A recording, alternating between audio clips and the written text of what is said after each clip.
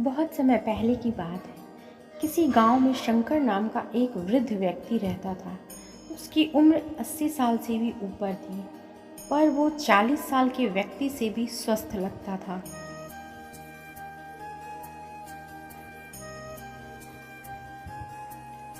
लोग बार बार उससे उसकी सेहत का रहस्य जानना चाहते थे, पर वो कभी कुछ नहीं बोलता था। एक दिन राजा को भी उसके बारे में पता चला और वो भी उसकी सेहत का रहस्य जानने के लिए उत्सुक हो गए। राजा ने अपने गुप्तचरों से शंकर पर नज़र रखने को कहा। गुप्तचर वेश बदलकर उस पर नज़र रखने लगे। अगले दिन उन्होंने देखा कि शंकर भोर में उठकर कहीं जा रहा है। वे भी उसके पीछे लग गए। शंकर तेजी से चलता जा रहा था। मीलों चलने के बाद वो एक पहाड़ी पर चढ़ने लगा और अचानक ही गुप्तचरों की नज़रों से गायब हो गया। गुप्तचर वहीं रुककर उसका इंतज़ार करने लगे।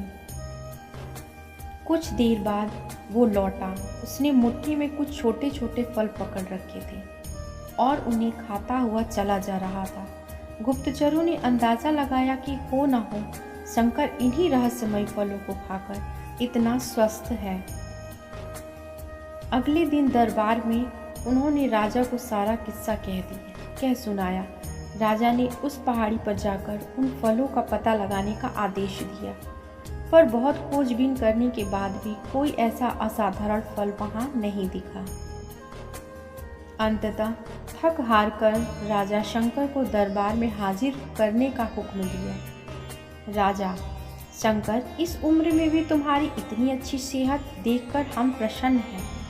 बताओ, तुम्हारी सेहत का रहस्य क्या है?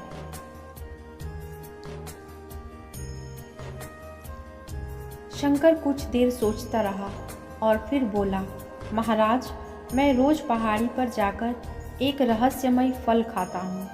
वही मेरी सेहत का रहस्य है। ठीक है, चलो हमें भी वहाँ ले चलो और दिखाओ वो कौन सा फल है। सभी लोग पहाड़ी की ओर चल दिए।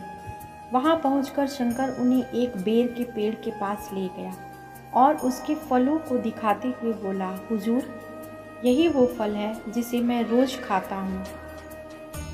राजा क्रोधित होते हुए बोले, तुम हमें मूर्ख समझते हो? यह फल हर रोज हजारों लोग खाते हैं, पर सभी तुम्हारी तरह सेहतमंद क्यों नहीं है?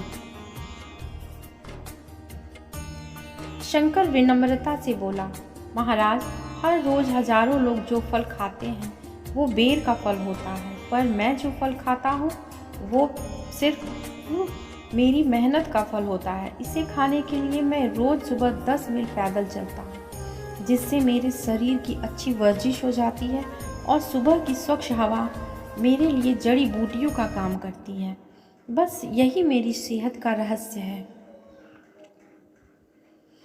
राजा शंकर की बात समझ चुके थे। उन्होंने शंकर को स्वर्ण मुद्राएं देते हुए सम्मानित किया और अपनी प्रजा को भी शारीरिक श्रम करने की नसीहत दी।